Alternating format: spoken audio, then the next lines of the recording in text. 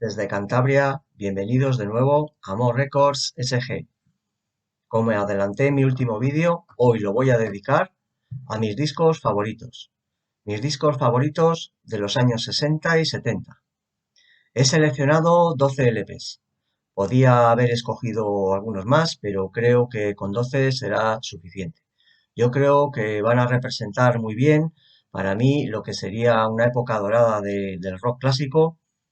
Muchos de los discos que he seleccionado, seguro que algunos de ellos serán dentro del gusto de los que vean este vídeo y algunos también serán discos, yo creo que considerados hoy en día como discos fundamentales para entender la música rock. El primer disco que voy a mostrar es el álbum de The Beatles, A Hard Day's Night, un disco de 1964 que corresponde a una película. Esto sería su banda sonora, una película dirigida por Richard Lester. Este disco me parece de los más interesantes de su discografía. Yo creo que es el disco Beatle que suena más a lo que sería efectivamente el sonido Beatle. Un disco que tiene para mí un calificativo que yo creo que lo define muy bien. Me parece un disco entusiasta, un disco jovial, un disco fresco, tocado con mucho dinamismo, un disco realmente optimista, un disco muy disfrutable. Y sobre todo me parece un disco muy moderno. Estoy hablando de un disco de 1964 que tiene pues la friolera ahora mismo de 56 años.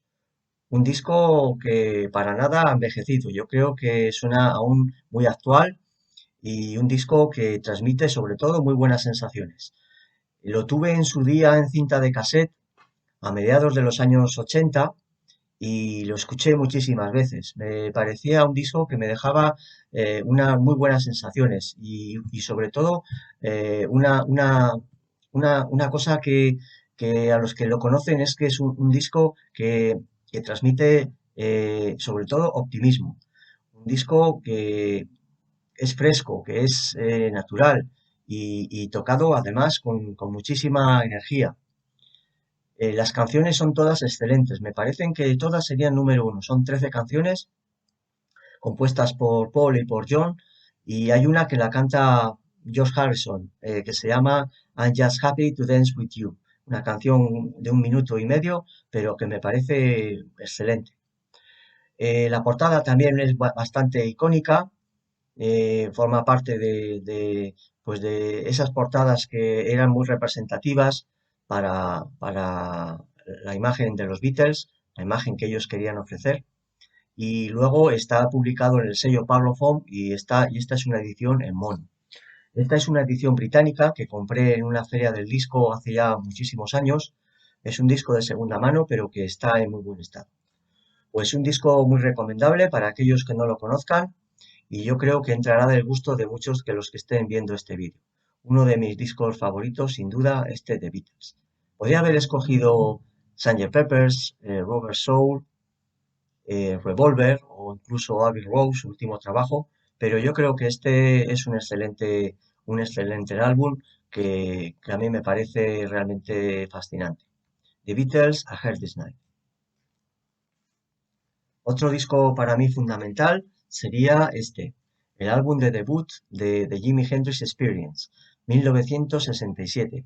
Este disco realmente causó mucho impacto y asombro porque no se había escuchado algo así por aquellos años. El único Cream, el año anterior, habían publicado un álbum llamado Fresh Cream como formato trío y, y la verdad que anunciaba un poco lo que Jimi Hendrix después desarrolló. Lo que pasa es que este disco de debut fue un disco realmente revolucionario. Es que puso la música hasta ese momento patas arriba.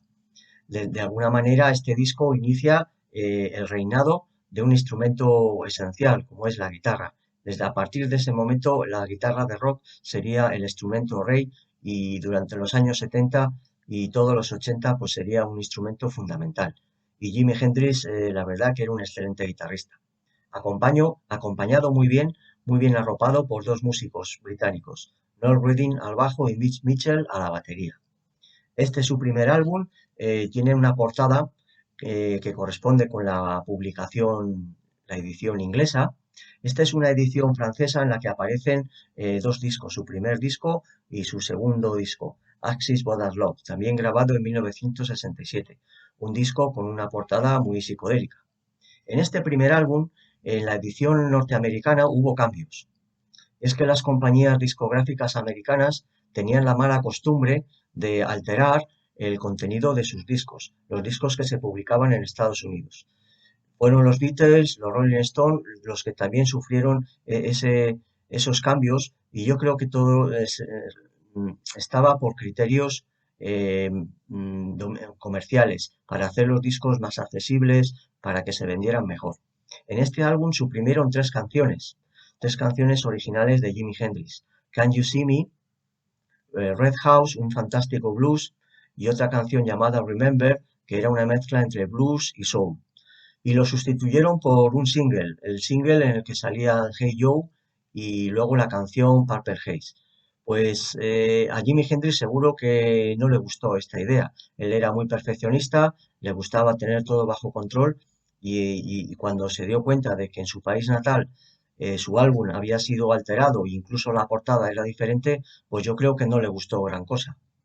El álbum comienza con un tema realmente impactante, como es Foxy Lady, y luego la continuación de las canciones que aparecen, la verdad que es que te dejan sin respiración. Un disco que sorprendió a todo el mundo y a muchos músicos que todos en la actualidad conocemos, como Mark Knopfler o Angus Young, han reconocido que se quedaron realmente maravillados, impactados cuando escucharon este primer álbum de Jimi Hendrix, de manera que les decidió y pensaron que se iban a dedicar de por vida a hacer música, gracias a este disco. Este disco realmente revolucionó el pop y el rock del momento, y a partir de los años 70 influyó a montones de grupos. Y lo que he dicho al principio, la guitarra a partir de ese momento fue el instrumento rey. El segundo álbum tiene un registro diferente, es un disco más sosegado, no tan impactante en cuanto a sonido, a- a explosión de sonido como el primer álbum, pero me parece muy bueno. Es un disco que tiene cierto gusto por el soul psicodélico, algo que estaban haciendo también Sly and the Family Stone. Luego tiene una canción que la compuso Noel Redding, el bajista, que me parece excelente, una canción psicodélica fantástica llamada Seas of Fine. Y luego sí que es verdad que aquí en este disco también hay un temazo impresionante de hard rock que se llama Spanish Castle Magic. Pues un disco también muy interesante de su discografía, y junto con el primero, Are You Experienced, pues me parecen discos fantásticos. Yo creo que entrará del gusto de muchos de los que están viendo este vídeo, y yo lo considero uno de los discos también esenciales del rock. Un grupo que descubrí gracias a un artículo en el Ruta 66, escrito por Diego Manrique, que llevaba el título muy apropiado de Guitarras Embrujadas. Este sería el álbum de debut de Quicksilver Messenger Service, 1968. Se grabó a finales del 67 y se publicó a primeros del 68. Un disco realmente magnífico. Tiene una portada que la hizo Rick Griffin, el que hizo también la portada Axomoxoa de Grateful Dead, que apareció en el primer vídeo que dediqué a mis primeros discos. En este álbum, su líder, su cantante, estaba en prisión por un tema de contrabando, algo así como o por consumo de marihuana. El caso es que no pudo grabar el primer álbum con sus dos guitarristas, Gary Duncan y John Cipollina. El resto de los componentes eran Greg Elmore a la batería y David Fravor. Este grupo tiene la particularidad, y es que tenía dos guitarras solistas, los cuales alternaban los solos. Era algo muy inusual en aquel momento, pues era un grupo que se caracterizaba por eso, por los duelos de guitarra de sus principales músicos, Gary Duncan y John Cipollina, además excelentes. Este álbum de debut me parece muy interesante, de lo mejor del rock psicodélico hecho en la costa oeste, sobre todo para mí por dos canciones, Gold and Silver, que es un instrumental en el cual se muestra un claro ejemplo del duelo de guitarras entre John Cipollina y Gary Duncan, y luego otro tema que se llama The Fool, que es un tema bastante extenso, que me parece de lo más visionario y lo más representativo del sonido de la costa oeste, el rock psicodélico o acid rock. Un grupo que en aquel momento estaba en lo máximo junto con Jefferson Airplane, Country Joe and the Fish y Grateful Dead, por citar algunos ejemplos. Pues un disco de debut muy bueno que junto con el segundo, Happy Trails, me parecen esenciales para entender el rock psicodélico en Estados Unidos. Quicksilver Messenger Service. Otro disco para mí fundamental es este de King Crimson, su álbum de debut, In the Court of the Crimson King, 1969. Si lo califico con tres adjetivos sería pues que es un álbum épico, un álbum grandioso y al mismo tiempo un álbum inquietante. Como inquietante es la portada y la portada interior. Este álbum, como otros muchos, tienen algo que me encanta y es que te llevas a casa una pequeña obra maestra. Por el contenido en el diseño de la portada, esto es un magnífico ejemplo de portada para un disco que es muy adecuado porque corresponde muy bien a lo que vas a escuchar. Luego tiene unas fantásticas letras, que es pura poesía, y luego, desde luego, la música, una música realmente deslumbrante. Pues este álbum de debut me parece de los mejores, ya no solo de 1969, sino de toda la historia, junto con el de Jimi Hendrix. En este álbum tocó el principal cantante, Greg Lake, que era además un excelente bajista, y estuvo en este primer álbum y en el segundo, In the Wake of Poseidon. Yo creo que sin la participación de ese músico, Greg Lake, que luego formó Emerson Lake and Palmer, este grupo no habría sido lo mismo. Y el impacto de este primer álbum no habría sido desde luego igual.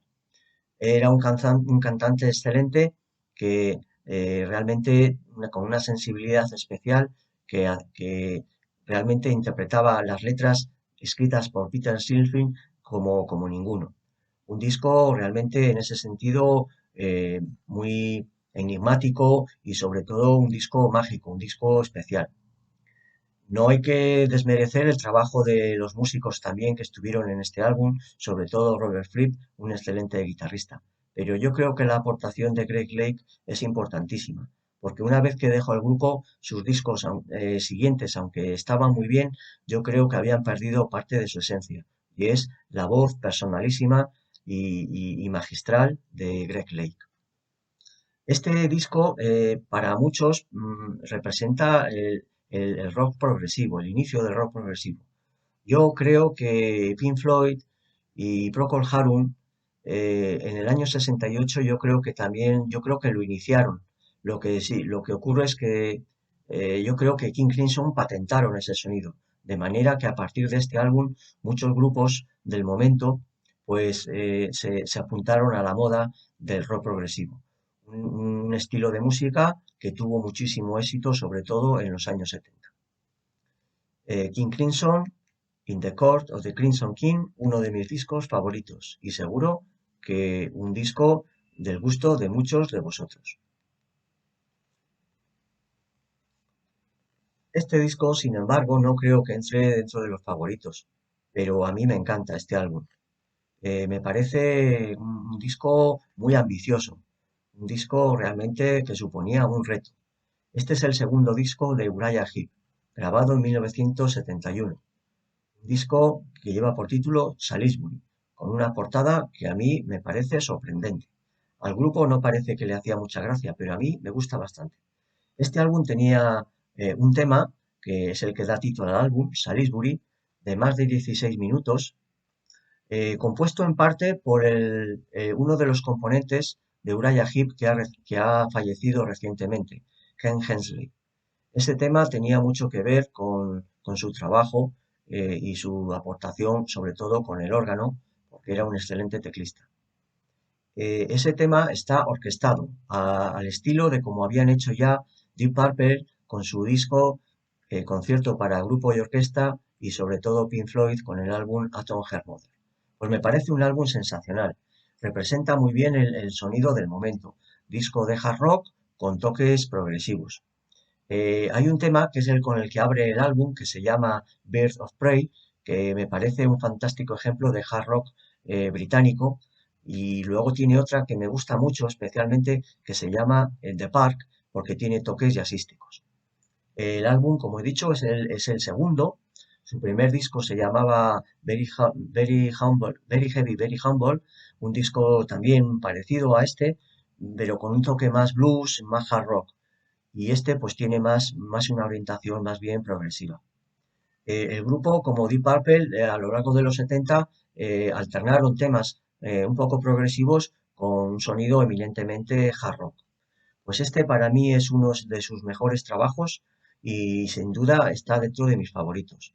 Un disco que escuché hace ya muchísimos años en cinta de cassette y que la verdad que no me canso de recomendar. Aquellos que no lo conozcan, yo creo que van a descubrir un gran álbum de Uriah Heep. Uriah Heep, Salisbury.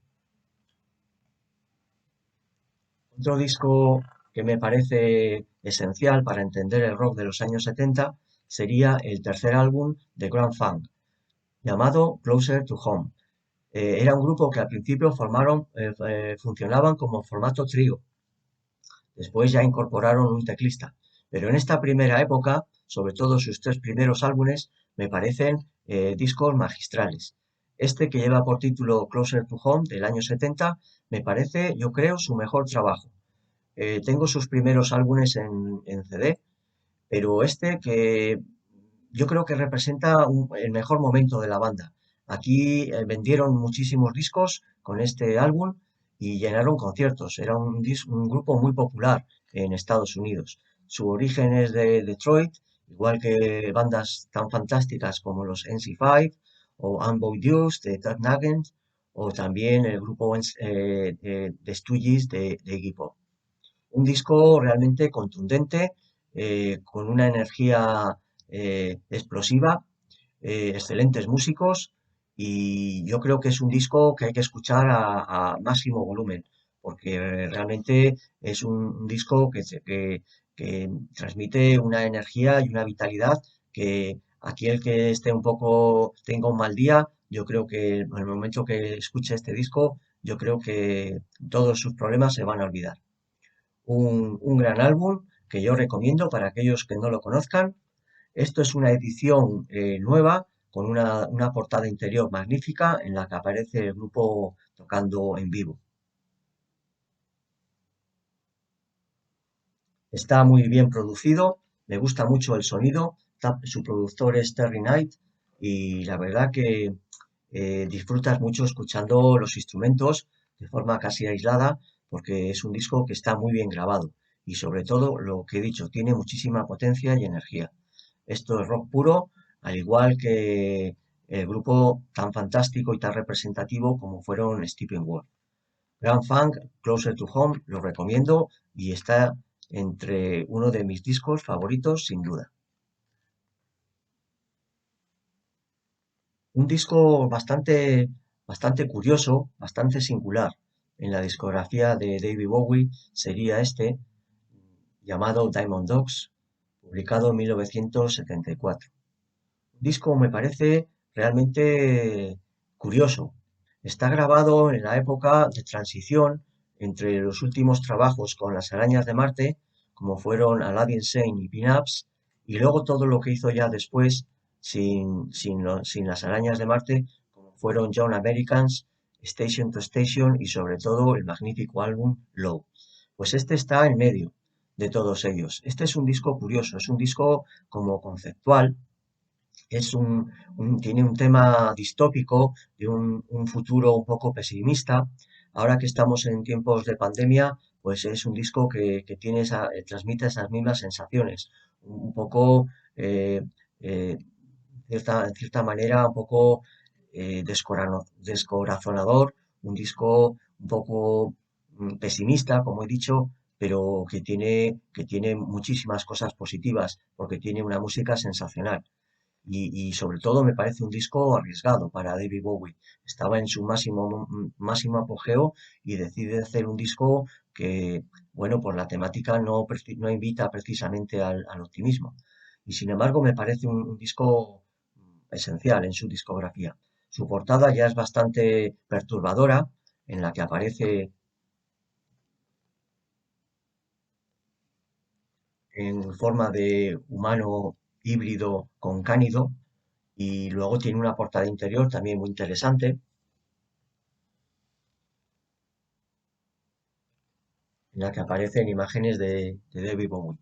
Este disco, que es una edición del año 90, eh, tiene algo que no tienen otras ediciones, y es que aquí aparecen dos temas extras. Una se llama Dodo y la otra Candidate. Es cierto que hay una canción en el álbum original llamada Candidate, pero no tiene nada que ver con este tema que aparece como extra, que también lleva el nombre de Candidate. De manera que este álbum, la suma de estas dos canciones, yo creo que le da más consistencia, más solidez, y entiendes mejor el significado y el concepto que David Bowie quería transmitir con este trabajo. Un disco que me parece, como he dicho, interesante. Podría haber escogido cualquier otro de su discografía porque me parecen todos muy buenos, sobre todo el Hunky Dory, Ziggy Stardust, álbum tan bueno como Station to Station, o uno que me parece también sorprendente como fue Low. Pero he escogido este por ese añadido de dos temas extras que le da realmente una notable singularidad a este disco. Pues yo creo que si no lo conocéis, deberíais escucharlo, y aquellos que estén viendo este vídeo, yo creo que estarán de acuerdo conmigo en que es un disco al menos muy interesante y muy singular dentro de la discografía de David Bowie. David Bowie, Diamond Dogs. Otro disco que me ha costado escoger, porque The Rolling Stones son un grupo que tienen una discografía muy extensa, y yo creo que este representa muy bien el sonido de los Rolling Stones en su etapa de madurez. Es un disco que tiene ya más de 40 años y que sin embargo me suena actualmente como un disco muy moderno. Por eso lo he escogido. Así como hay otros que sí que están como más encasillados en el año en que están grabados, que suenan más bien a esa época, este me parece un disco que trasciende el tiempo. Un disco atemporal, un disco que es muy fresco y que la verdad que se disfruta mucho escuchándolo a día de hoy. Está grabado en una época en la que los Rolling Stones parece que habían perdido ya su mejor momento, porque estaba el movimiento punk, estaba la música disco, nuevas tendencias, los gustos del público estaban cambiando, y los Rolling Stones eran como la vieja guardia. Sus álbumes anteriores, Solid Rock and Roll y Black and Blue, pues yo creo que eran un poco flojitos, comparados con la época de Let It Bleed, Sticky Fingers y sobre todo Exile on Main Street. Yo creo que eso fue su gran momento. Sin embargo, este disco que es del 78, yo creo que recuperaron otra vez la energía y la fuerza y la vitalidad de sus épocas doradas. Yo creo que dieron un golpe en la mesa y para reivindicar que todavía ocupaban el sillón del trono de que todavía eran los reyes del rock. Y es verdad que este disco es un buen ejemplo. Un disco atemporal que junto con el Emotional Rescue y el Tattoo You para mí forman una trilogía perfecta de lo que serían los últimos grandes trabajos de Rolling Stones. Y este es un buen ejemplo. Un disco que está muy bien producido, me gusta por eso, porque suena muy bien, y luego tiene excelentes canciones como Miss You, que es la que abre el álbum, Before They Made Me Run, que es una canción fantástica que canta Keith Richards, y sobre todo una de mis favoritas que se llama Beast of Burden. Una portada también muy curiosa, muy interesante. Esta es una edición norteamericana y es un disco que está en perfecto estado. Un disco fantástico este. Pues aquellos que conozcan la discografía de Stones saben que estoy hablando de uno de los mejores discos de la historia del rock. Y desde luego uno de mis favoritos. Rolling Stones, Songbirds. Otro disco para mí fundamental. Un grupo que ha influido a montones de bandas, sobre todo bandas dentro del movimiento punk, post-punk y new wave. El grupo yo creo que más influencia ha ejercido sobre todos esos grupos. En los años 80 yo creo que fue un grupo que se notaba su influencia en grupos como Jesus and Mary Chain o Sonic Youth. Estoy hablando de The Velvet Underground. Este sería su álbum de debut, grabado en 1900, a finales del 66 y publicado en el 67. Lleva la firma de Andy Warhol, que fue su mecenas, su padrino, y una portada realmente icónica, esta del plátano. Este que fue su primer álbum realmente es sensacional. En su día no tuvo mucha repercusión, porque yo creo que era un disco muy adelantado a su tiempo. Yo creo que la mayoría de la gente no estaba preparado para escuchar un disco así, sobre todo por los temas y la música que se interpreta. Es que son temas, en temas de las canciones tocaban cosas un poco difíciles de aceptar en aquellos momentos, pues temas relacionados con las drogas, con el sadomasoquismo, con la violencia, con montones de cosas que yo creo en aquella época, en el año 67, que era la época de Flower Power, de la época del amor y las flores, era el mundo de los hippies, pues yo creo que este disco no entraba entre los gustos del público mayoritariamente. Esto es un rock, digamos, psicodélico urbano. Es un grupo neoyorquino que tenía muy poco que ver con el sonido psicodélico de la costa oeste, tenía una tendencia más bucólica, era un poco más folk. Esto era más bien como rock psicodélico industrial de grandes ciudades, como era Nueva York. Y aquí las criaturas en las que se desenvolvían, pues eran personajes realmente bastante siniestros, bastante singulares, como eran Lou Reed y John Cale, dos personajes bastante extravagantes. Luego estaba Nico, que era una cantante y modelo, y luego otros dos músicos, Sterling Morrison y Maureen Tucker. Maureen Tucker era su batería. Pues un disco que tiene excelentes canciones, la verdad. Y esta es una edición nueva de hace unos años que está en perfecto estado y tiene una magnífica doble portada que os voy a mostrar. Está publicado en el sello Verve y esta es una versión en estéreo. Pues es un disco realmente esencial. Si había un grupo alternativo indie en aquel momento era The Velvet Underground, sin duda. Estos, la verdad, que no entendían de promoción, no entendían de ser comerciales, desde luego no eran nada complacientes, hacían lo que ellos querían y claro, al principio no tuvieron mucho éxito, pero luego es, como he dicho, uno de los grupos que más influencia han dejado, más huella en el nacimiento de otros grupos, sobre todo a finales de los 70 y primeros 80.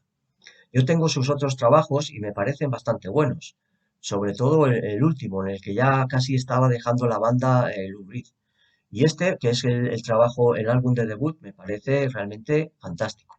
Los que no lo conozcan, yo creo que deberían escuchar este álbum. Y los que lo conocen saben que es un disco fabuloso y importantísimo para entender la historia del rock. The Velvet Underground. Recientemente se ha publicado en este 50 aniversario de un álbum de Stooges. Sería el segundo álbum. Este disco, la verdad, esto es realmente increíble. Esto es un disco asombroso. Un disco que tiene 50 años, nada más y nada menos. Se ha publicado recientemente una caja muy voluminosa con muchas sesiones en formato de LP de este álbum. Y la verdad que esto es un disco que te deja sin aliento, sin palabras. Es un disco realmente tremendo. Un disco que, como la portada muestra, es un disco que echa fuego, es un disco incendiario. Cuando lo escuchas en el tocadiscos parece que la aguja está al rojo vivo. Un disco monumental, un disco al mismo tiempo realmente perturbador y desasosegante. Y sobre todo porque es que es un disco que está tocado con muchísima intensidad. No todo el mundo es capaz de escuchar este álbum de una tirada porque la verdad es que te deja sin aliento. Es un disco que está grabado con una fuerza increíble. Yo creo que es una experiencia. En el momento que escuchas este álbum, todas tus ideas que tenías sobre lo que es el rock te cambian completamente, porque es un disco que para los que son amantes del rock clásico te cambia la vida y la concepción de lo que es realmente la música rock. Un disco fundamental que debéis escuchar, pero que estoy seguro que no todo el mundo está preparado para recibir esta descarga de sonido, porque es un disco que, como he dicho, marca un antes y un después. Es el álbum, el segundo álbum de Stooges, llamado Fan House, y su protagonista, el componente, es líder principal, es nada más y nada menos que Iggy Pop. Iggy Pop y los hermanos Aston. Uno era el encargado de la batería y otro de la guitarra. Y luego un bajista llamado Dave Alexander. Tiene una doble portada que os voy a mostrar, porque esto es una reedición reciente de hace unos años y muestra a los componentes de la banda.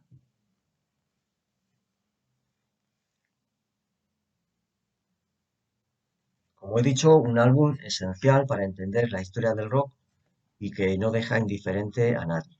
Yo creo que debéis escucharlo y seguro que os va a encantar, porque es un disco tremendo y para mí fundamental para entender la historia del rock.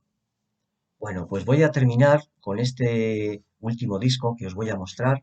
Yo creo que ya no es ningún secreto que soy súper fan de Pink Floyd, tengo todos sus discos y os voy a mostrar lo que sería mi disco favorito de Pink Floyd, pero además mi disco favorito de todos los discos que tengo de mi discografía. Es un disco que a muchos les va a sorprender, pero a mí me parece un disco fascinante y un disco muy importante para entender la historia de este grupo. El disco es la banda sonora de una película. El disco lleva por título More, una banda sonora grabada para una película en 1969 por un director novel, Barbra Schroeder. Este es un disco para mí realmente fascinante. Eh, para mí tiene bastantes calificativos que describen muy bien la música y sobre todo la atmósfera que transmite este álbum. Para mí me parece un álbum, sobre todo, un álbum que tiene cierto embrujo, es un álbum encantado, es un álbum para mí misterioso, un álbum hipnóptico, un álbum que en cierta manera para mí es el álbum más romántico dentro de la carrera de Pink Floyd. Es un romanticismo literal, en el sentido literal de la palabra. Un romanticismo trágico, como trágica es la historia de sus protagonistas. Un alemán y una americana que se conocen y pasan un verano en Ibiza y es una relación que realmente es una relación con un componente bastante trágico, porque es un amor tóxico, es una dependencia emocional y física, y todo ello rodeado por el terrible mundo de las drogas. Pues la música de este disco me parece, como he dicho, maravillosa. Para ser el tercer disco de Pink Floyd, pues es un disco además muy diferente a lo que habían hecho al principio, sobre todo el primer álbum, y aquí sobre todo se ve la creatividad, la efervescencia en un momento álgido de la banda en la que hicieron montones de cosas en el año 69. Hicieron también la banda sonora para una película de Antonioni llamada Zabriskie Point, grabada a finales del 69. Luego hicieron también el álbum Umagumba, un álbum yo creo incomprendido, infravalorado. Y luego hicieron también otro proyecto interesante que era llamado The Man and the Journey, por el cual de una forma escenificada, como un poco teatral, pues cogían temas de su repertorio y lo llevaban al directo como haciendo una idea conceptual. De manera que nos ha quedado también algunos registros de esos conciertos, además con muy buena calidad. Y luego no hay que olvidar que en el año 69 también Pink Floyd pusieron música a la llegada a la Luna. La BBC retransmitió por radio la llegada a la Luna e invitaron a Pink Floyd al estudio de la BBC para que improvisaran justo en el momento en el que Neil Armstrong pisaba la Luna.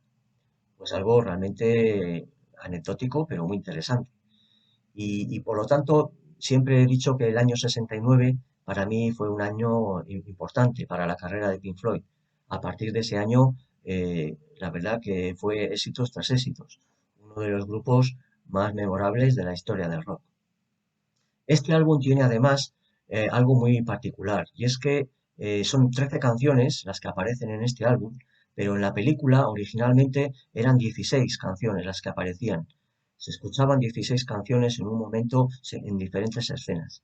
Pues hay tres que no están en este álbum, pero dos de ellas sí que se han podido recuperar gracias a un recopilatorio, un cofre enorme que se editó hace unos años llamado The Early Years, que recogían trabajos de los primeros años de Pink Floyd y sobre todo muchísimas rarezas.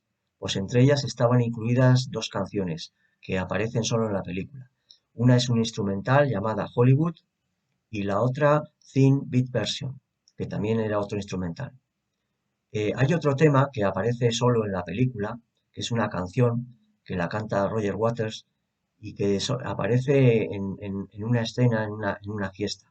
Esa canción se llama Seabirds y desafortunadamente esa canción ahora mismo está perdida. No se encuentra en los archivos, de manera que solo se puede escuchar cuando ves la película. Es una pena porque para mí es la canción perdida de Pink Floyd. Si hubiera estado incluida pues en el álbum, pues habría sido realmente fantástico.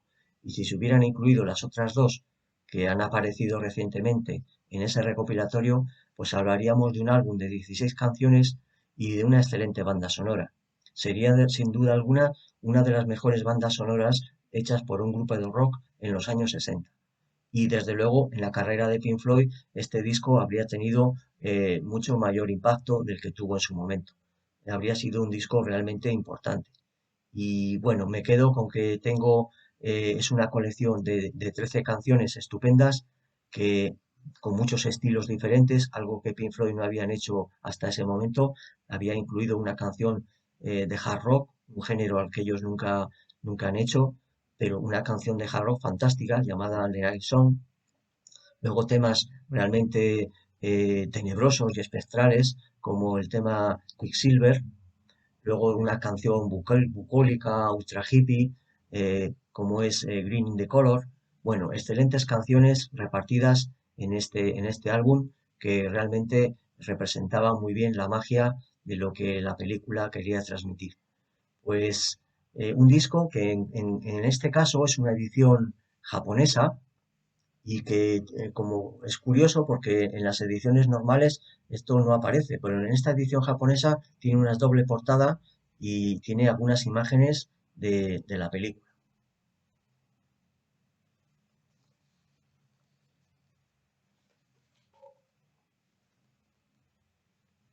Tiene también las letras de las canciones,